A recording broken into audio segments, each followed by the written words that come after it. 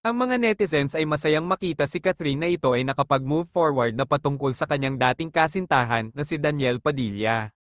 Na tumatagal ang kanilang relasyon ng 11 years, ito ay mistulang katanungan amga nakararaming kung paano niya ito nagawa. Ito ay kamangha-mangha marahil sa tagal nito ay halos si Daniel na ang kanyang kasama simula pa noon at nakapag-move forward ito matapos ng ilang buwan. Ang iginigiit ng iba ay baka raw kaya nakapag-move forward kaagad si Kat ay dahil sa kanyang paparating na movie na Hello Love, Again, na naging Season 2 nanograms Hello Love, Goodbye. Ang kanyang leading man doon ay si Alden Richards na inililink sa kanya matapos nilang maghiwalay ni Daniel. Dito na nagsimula mamuo ang katanungan sa utak ng mga nakararami, paano raw kung kaya nakapag-move on kaagad si Catherine ay dahil ginamit nito si Alden para makalimutan si DJ.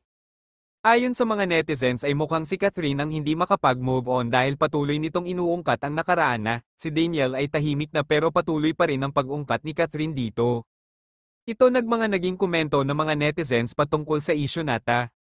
Diyos ko Catherine, porket may bagong movie kulang pa din sa pansin, gamit na gamit pa din so ex, o siya sige na, wala ka nang alam. Tapos after few minutes ng interview at after sumagot ng ganyan, pwede na daw siya ma-in love kahapon pa. Flirting lang pala yung 11 years nyo, cutie kahit na ganito ang mga naging panayam ng mga netizens, ang mga fans ni Catherine ay walang sawa itong ipinagtatanggol.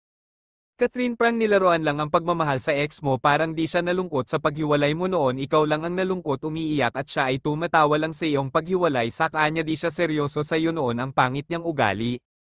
Noon laging kinokontrol ang buhay ko anong gagawin ngayon malaya ka na at masaya ka na sa tamang tao mo ngayon.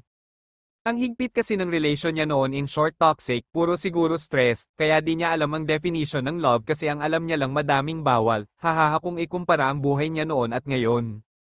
Noon kasi parang limit lang galaw niya ngayon para siyang nakawala, malaya siyang gawin lahat ng gusto niya, or sasabihin sa iba, walang magdidikta dahil sa love team na develop sila sa isa't isa. After watching the full episode po admin, I had to admit that Kat is such a strong woman, she has a big heart walang bitterness sa life, she is so optimistic about everything that is happening to her 100% and very thankful for the past. She speaks the past as if it was a story well written in the book na makikita mo TLGA at mafe-feel mo, kung wala ng sakit, vlang pinsisisi at vlang sinisiraan, HND galit.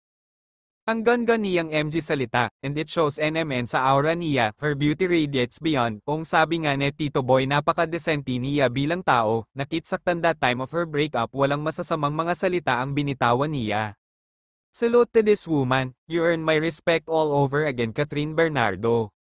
Patuloy na maraming nagmamahal kay Catherine at patuloy ang pagsuporta sa kanya, anuman ang maging desisyon niya sa kanyang buhay, ang kanyang mga totoong fans ay lagi lamang nasa sakaniyang tabi, marahil kahit ano ang maging desisyon nito ay may masasabi at masasabi ang mga tao, ang hiling lamang ng mga humahanga kay Catherine ay hayaan na lamang siya sa kanyang magiging desisyon dahil tao lang din naman ito, nagmahal at patuloy na magmamahal.